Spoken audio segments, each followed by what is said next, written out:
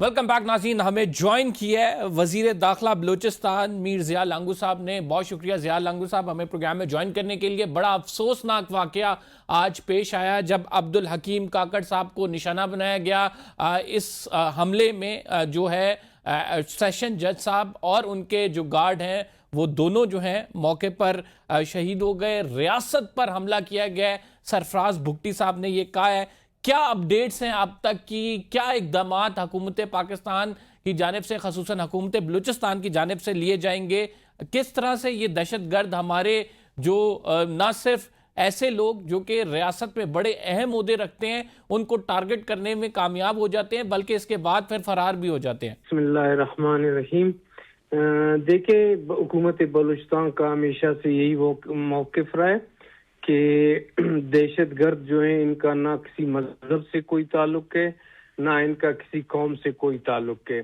लेकिन बस बदकिस्मती से बलूचिस्तान से बाहर बैठे लोग ऐसे अनासिर को नाराज बलूच का नाम देते हैं, लेकिन इन्हीं अनासिर की यही अनासिर हिंदुस्तान जैसे पाकिस्तान के दुश्मन के पैसों के बलबूते पर और हमारा हमसाया मुल्क अफगानिस्तान जो है उनको अपनी ज़मीन दहशतगर्दी के इस्तेमाल के लिए दे रही है, जिनकी वजह से हमारे मुल्क में सिक्योरिटी फोर्सेस पर ये हमले करते हैं, सरकारी तनसीबात पर ये हमले करते हैं, मासूम लोगों पर ये हमले करते हैं।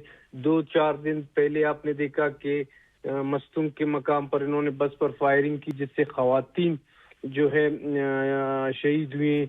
और कल का वाक़या रियासत पर मैं समझता हूँ इस तरह हमला किया गया कि वो इदारा जो एक अहम सतून है जिससे हर पाकिस्तानी को जो है इंसाफ की तवक्को है, और ऐसे लोगों को निशाना बनाना मैं समझता हूँ हमारे माशरे से इंसाफ को ख़त्म करने की एक साजिश है। ज़िया साहब, यू आर इंटीरियर मिनिस्टर, वहाँ पे बलूचिस्तान में आप सारी चीज़ें सिक्योरिटी के हवाले से देख रहे हैं। आप समझते हैं is it a security lapse? देखिए, ये इस तरह एक छोटा मसला नहीं है कि 4 लड़के आ जाते हैं घरों से और रोड को ब्लॉक करके ये सब कुछ चले जाते हैं। ये एक बहुत बड़ा नेटवर्क है। इनके साथ हिंदुस्तान शामिल है, इसके साथ इसराइल शामिल है, अफगानिस्तान शामिल है। ये हर चीज़ प्लान करके करते हैं। तो इस जैसे ये इनका एक कुछ हम ऐसी चीज़ें देखते हैं वाक़या जो ये इसमें कामयाब होते हैं, लेकिन हमारी इंटेलिजेंस एजेंसीज इससे ज़्यादा तादाद में इनके इस किस्म के जो दहशतगर्दी की कार्रवाइयाँ हैं उनको इंटेलिजेंस बेस्ड के ज़रिए नाकाम भी बना देते हैं। अभी राइट नाउ क्या स्टेप्स लिए जा रहे हैं? ज़ाहिरी बात है अभी बाकी जो जज साहिबान हैं उनकी सिक्योरिटी भी आपके ज़िम्मे, और ख़ुसूसन ये हमें बताइएगा कि अब्दुल हकीम साहब को टारगेट करने की क्या ख़ुसूसी वजूहात हो सकती हैं? कौन से ऐसे केसेस थे जो ये सुन रहे थे? देखिए, इन्होंने बलूचिस्तान में हर तबके फ़िक्र के लोगों को टारगेट करना शुरू किया।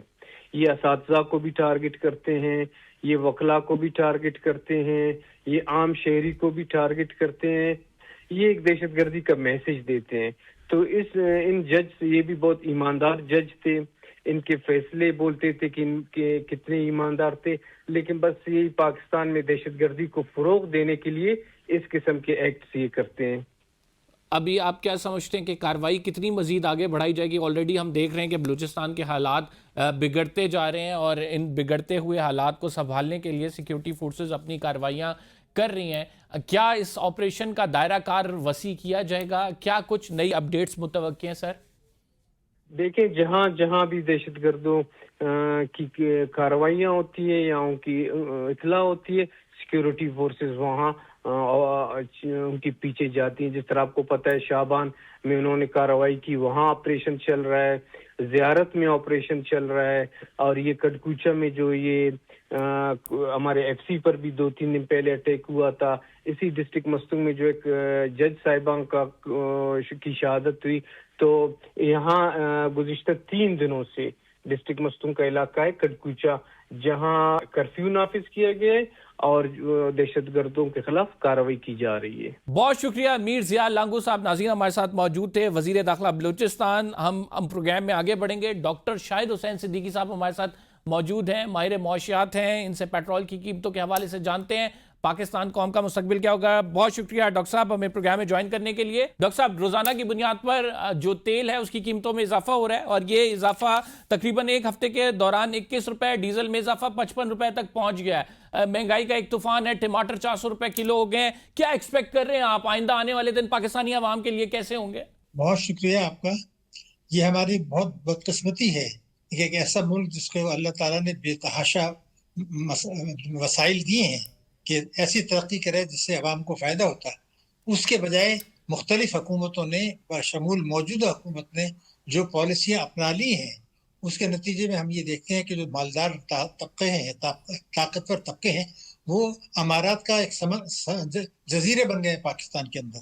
दूसरी तरफ गुर्बत का एक समंदर है, और वो गुर्बत समंदर इसलिए है, आपने खुद तवज्जो दिलाई अभी, कि ये रोज़ाना की बुनियाद पर पेट्रोलियम के नर्ख मुकर्रर करना एक ऐसे वक्त में जबकि हुकूमत को पता था कि महाज़ाराई जो अमेरिका ने ईरान के साथ शुरू की हुई है उसके आलमी मईशत पर असरात मनफी पड़ रहे हैं, बेयकीनी की कैफियत है, आलमी मंडी में तेल की कीमतें बढ़ रही हैं। लेकिन एक खबर आने से अचानक गिर भी सकती है। सिर्फ एक खबर आ जाए कि ईरान ने अमेरिका की दरखास्त पर जो है दोबारा बातचीत शुरू करने का फैसला कर लिया है, और उम्मीद यह है कि मामला तय पाए जाएंगे जैसा पाकिस्तान ने पहले किया था, तो आप देखें एकदम नीचे गिर जाएगी। तो ये वक्त तो ये था कि हुकूमत ये फैसला करती, जो अच्छी हुकूमतें करती हैं, कि चूंकि आलमी मंडी में आर्जी तौर पर कीमतें ऊपर जा रही हैं, तो वो ये कहते हैं जी हम अपने शाना अखराजात कुछ कम करते हैं, हम कंजप्शन कुछ कम करते हैं पेट्रोल की, हम टैक्सों की चोरी थोड़ी सी रोकते हैं, और उसके करके पेट्रोलियम लेवी हम कम कर देंगे ताकि कीमतें ना बढ़ानी पड़े। इसके बजाय वही फैसला किया अशराफिया को नवाजने का। तो मुझे जो खतरा है, आपने असल में एक मासूमाना सवाल ऐसा कर दिया है जिसके अंदर बहुत सारे खतरात छुपे हुए हैं। मुस्तकबिल पाकिस्तान का क्या है आवाम का, आप देखिए जून 2025 में महंगाई की शरह 3.2% थी, आज ये 11.1% है। भारत में ये 4% से कम है। तो सवाल ये पैदा होता है कि उनकी शरह नमू हमसे ज्यादा है, महंगाई जो है हमारी उनसे कई गुना ज्यादा है, हमारी गुर्बत ज्यादा है, बेरोजगारी ज्यादा है। हुकूमत ने जो बजट बनाया है, अगर आप देखें कि उसमें ये कहा है कि 70 अरब डॉलर की इंपोर्ट्स होगी और 33 अरब डॉलर की एक्सपोर्ट होगी। अरे भाई, तो आप दुगने से एक्सपोर्ट से दुगने से ज्यादा जब आप करेंगे तो इम्पोर्टर्स तो बेताशा कमा लेंगे, हुकूमत की आमदनी भी बढ़ जाएगी, लेकिन मुल्क का इन्हिसार तो कर्जों पर बढ़ेगा। आप रेमिटेंसेस मंगाएंगे जिससे महंगाई बढ़ेगी। तो जितने इकदाम बदकिस्मती से मुझे नजर आ रहे हैं, उसमें मुझे तो यही लगता है कि आवाम की मायूसी, आवाम की बददिली, मुस्तकबिल से मायूसी, अगली नस्ल के मुस्तकबिल से मायूसी बढ़ रही है। मगर इसका एक और पहलू भी है, वो ये है कि मेरे मुल्क की जो अफवाज है, मेरे मुल्क की पुलिस जो है, खुद आवाम भी बड़े पैमाने पर कुर्बानियां दे रहे हैं। एक तरफ अफगानिस्तान में दहशत गर्दी हो रही है, पाकिस्तान के अंदर जिसमें भारत मुलविस है। लेकिन डॉक्टर साहब, इसमें इंपॉर्टेंट चीज़ ये है कि हम मालूम है हमें कि इंटरनेशनल मार्केट में फ्लक्चुएशन हो रही है। इस दौरान 108 बिलियन का बजट जो है वो मंजूर कर दिया जाए, ग्रांट मंजूर कर दिया जाए फॉर ब्यूरोक्रेट्स। आपको ये बात समझ आती है? ये देखिए बड़ा जुल्म हुआ है, आपने बड़ा अच्छा किया, एक तवज्जो दिला दी। पहले तो आप ये बताइए कि हमारे जो चारों सूबे हैं, सारी जिंदगी उनकी शिकायत ये रही कि वफाक से उनको पूरा पैसा नहीं मिलता, और जो टैक्सों का हदफ होता है चूंकि वफाक हासिल नहीं करती, तो जो सूबों का हिस्सा है वो खुद ब खुद कम हो जाता है। तो जब एक तरफ उनकी ये शिकायत है, जो बजाय शिकायत है, उस वक्त वो सूबों को ये मजबूर करना, इसलिए कि पीपल्स पार्टी और जो है वो PMLN, वो आपको पता है वफाक में भी है, सूबों में भी है, उन्होंने गठजोड़ कर लिया और ये फैसला कर लिया। तो सूबे वफाक को अगर ग्रांट देंगे और उसके बदले तरक्याती अखराजात में कटौती कर देंगे ताकि बेरोजगारी बढ़े, तालीम का और सेहत का बजट कम कर देंगे, तो ये तो एक अफसोसनाक बात होगी। बिल्कुल आपने तवज्जो सही दिलाई। मगर 1676 अरब रुपए का अगर आप पेट्रोलियम लेवी रखते हैं तो आप जाहिर है पेट्रोल के नर्ख तो बढ़ेंगे। अगर मैं आपके नाजरीन को ये बताऊं कि 2022 में पूरे एक साल में 127 अरब रुपए का पेट्रोलियम लेवी इकट्ठा हुआ था, सिर्फ 122 अरब का। अब आप 1676 अरब का कर रहे हैं। اچھا یہ جو پیٹرول لیوی ہے جو بھتہ ہے اس میں صوبوں کا حصہ نہیں ہوتا، تو یہاں بھی صوبوں کو نقصان ہو رہا ہے، پھر بھی 1035 ارب دے رہے ہیں. مگر ایک اور گٹھ جوڑ ہوا ہے، وہ یہ ہوا کہ صوبوں نے یہ کہا کہ ہمیں بے شک پیسے کم ملے، ہم 1035 کے علاوہ ہم آپ کو 1700 ارب روپے کا فاضل بجٹ دیں گے، یعنی جو پیسے ان کو ملیں گے وہ بھی خرچ نہیں ڈاکٹر کریں گے. صاحب آپ ہی کے اعداد و شمار کے مطابق 2022 میں 122 ارب اور 2026 میں 1676 ارب، تو اس میں ایک بہت بڑا ڈیفرنس ہے. مطلب آپ نے اتنا ٹیکس اکٹھا کر لیا، کہاں لگایا وہ ٹیکس آپ نے؟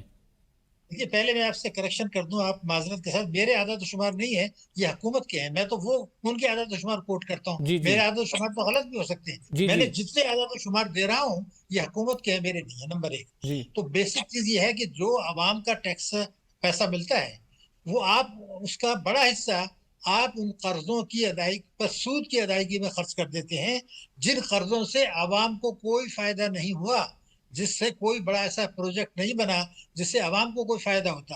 یعنی میرے ملک میں جو قرضے لیے جاتے ہیں تجارتی خسارے کے لیے، چونکہ امپورٹ زیادہ ہیں، بجٹ خسارے کے لیے، چونکہ آپ ٹیکسوں کی وصولی کرتے نہیں ہیں اور شاہانہ اخراجات بے تحاشا کر دیتے ہیں، پھر کرپشن ہوتا ہے، پھر آئی پی پیز جو ہے نا انہوں نے بھی لوٹ مار کر لی ہے.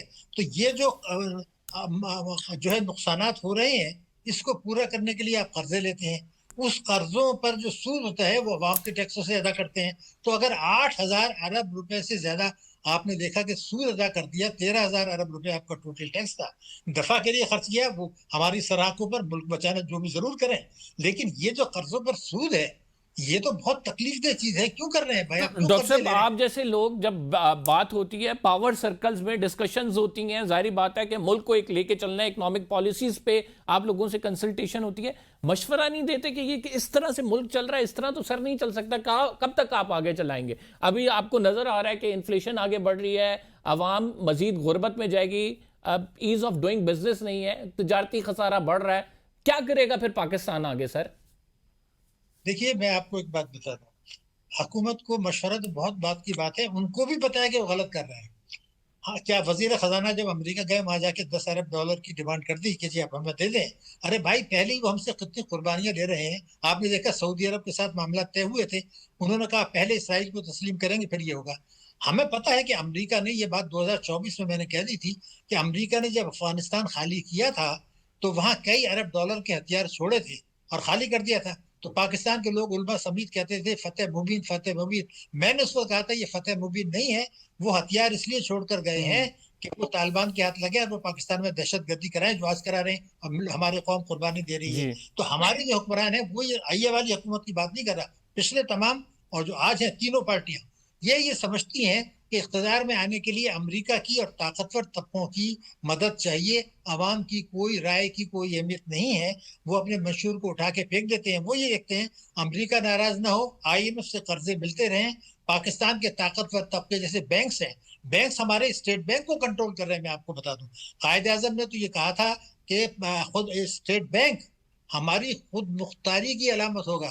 اور میں چونکہ پاکستان میں اور بہت یورپ میں بہت ٹاپ پوزیشنز میں نے کام کیا ہے بینکاری میں بتا دوں کہ پاکستان میں بینکس جو کچھ کر رہے ہیں دنیا کی ایک ملک کی مثال نہیں دے سکتے. انہوں نے معیشت کو تباہ کر دیا. کیوں؟ کیونکہ بڑی بینک فورنرز کے ہاتھ میں چلے گئے. اور اب ہم نے دیکھا کہ انہوں نے 39,000 ارب روپے کی سرمایہ کاری کر دی اور قرضے دیے 14,000 کے. ٹھیک. پھر اب ایک فیصلہ کر لیا اسٹیٹ بینک نے کہ جناب یہ آئین نے ترمیم ہوئی تھی کہ سود ختم ہوگا، حبیب بینک جو ہے، یونائٹڈ بینک، الفلاح جو کہ فورنرز ہیں وہ سودی کام کرتے رہے، ہمیں کوئی اعتبار نہیں. وہ کنٹرول کر رہے ہیں اسٹیٹ بینک کو، یہ میں بتا رہا ہوں. Thank you very much doctor صاحب ہمارے ساتھ موجود تھے، اپنی رائے کا اظہار. پروگرام کا ٹائم ناظرین ختم ہو گیا، ساری چیزیں ہم نے سمیٹ کے آپ کے سامنے رکھ دی ہے. رائے اپنی قائم کریں، حکومت کو آپ نے کرٹیسائز کرنا ہے، حکومت کا دفاع کرنا ہے، یہ آپ کی مرضی ہے. قمر صدیق کو اجازت دیجیے، اگلے پروگرام میں آپ سے ملاقات ہوگی. اللہ نگہبان.